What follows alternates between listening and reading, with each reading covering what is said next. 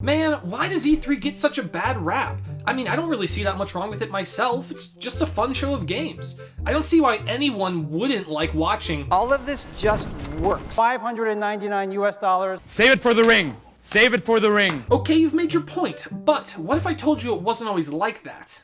I can't deny that I love E3, but I also don't even want to deny it. I find even the awful presentations fun in their own right. But I understand that not everyone wants to be a slave to consumerism like myself. Basically, I'll buy any goddamn thing that I see in an ad. Regardless, every now and then, a conference comes along that just ends all conferences. And when I say every now and then, I mean once. Like, ever. Enter Sony's E3 2016 press conference. In 2016, Sony was fresh off the heels of their 2015 press conference, which was famous for 3 huge reveals: Final Fantasy VII Remake, Shenmue 3, and the re-reveal of The Last Guardian. Whenever I hear people talk about the 2015 press conference, it's about one of these reveals, and yeah, I mean, it's hard to blame anyone for that. They enraptured everyone watching, and Sony's 2015 show quickly became one of the highest regarded E3 shows ever. But I think the 2016 show was better. I mean, Sony looked to improve from an already amazing conference, and oh me, oh my, they did. So at the risk of sounding like a Sony fanboy, or as they're more commonly called, soy boys, I'm just gonna gush about this press conference. So let's go through it, game by game. Don't bother pulling it up or anything, I have it memorized. The show starts with an incredible orchestra led by Bear McCreary. This song is awesome. We now know it's the God of War overture, but because this theme was brand new, no one recognized it at the time. I mean, plenty guessed God of War, but there was still some doubt. And then this girl came out, and I have no idea what this kind of singing is, but it's cool as hell, and everyone immediately fell in love with her.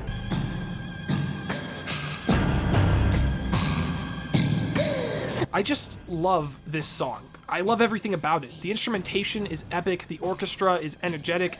I have this exact version on my iPod. Not like the general God of War overture. I took this live version and put it on my iPod and listened to it every fucking week. And we haven't even started. She taught you to hunt, yes? Yes, sir. Then show me what you know. I am hungry.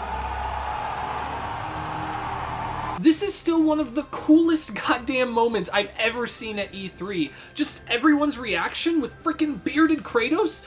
Hell, I hadn't even played a God of War game at this point, and I was freaking stoked. And it wasn't a tease. We had gameplay.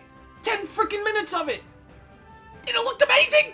What a way to start the show, huh? Uh-huh. After an impressively brief speech by Sean Layden, we got the reveal of Days Gone, which, yeah, I mean, this game now has a bit of a mixed reception, but fuck that, man. I love this game and all of its generic open-world trash. And hey, when it was revealed, it was Ben Studio's first big-budget AAA game. I mean, it looked rad as hell.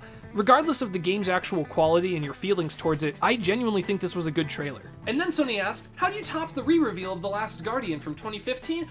Boom, release date. Inaccurate release date, yeah, but we didn't know that at the time, and we didn't fucking care either. We were just too excited to pet the dog. I mean, do you know how big of a deal getting a release date for this game was? It was announced in 1994. I don't fucking know, I'm too high on hype. This was followed up by an incredible gameplay demo of Horizon Zero Dawn. This game was revealed at E3 2015, but I think this is where the game really shined for the first time.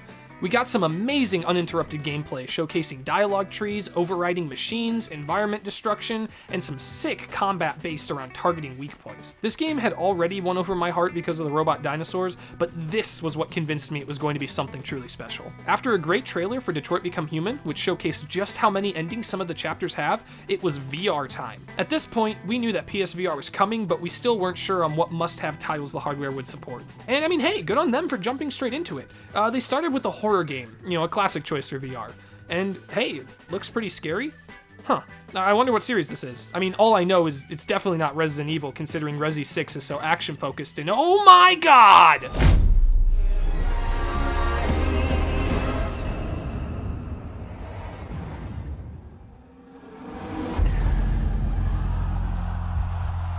Did I say God of War's reveal was perfect? No.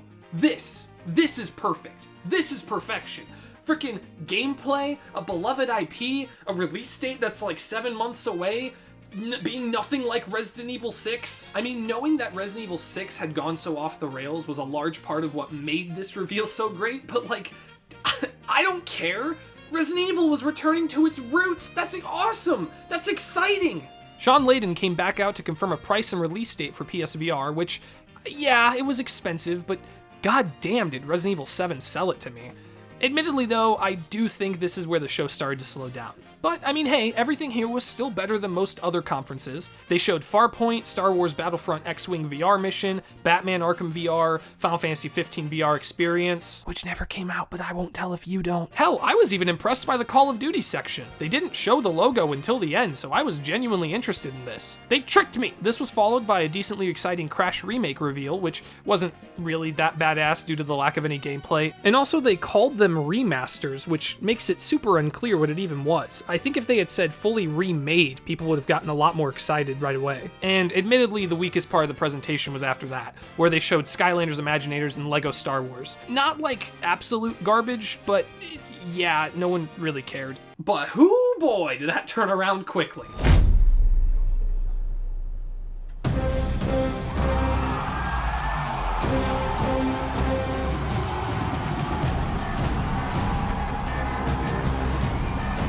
Hideo Kojima is a badass genius in the gaming industry. Everyone knows who he is, and if you don't, there's tons of videos that go into him. I really don't need to do that right here. 2015 was basically just him being screwed over by Konami over and over, and I mean, there's tons of videos that go into that. Again, I don't need to go into all of that right here, but like, the point is that this was exciting. Seeing him back and with a company like Sony, that's freaking awesome.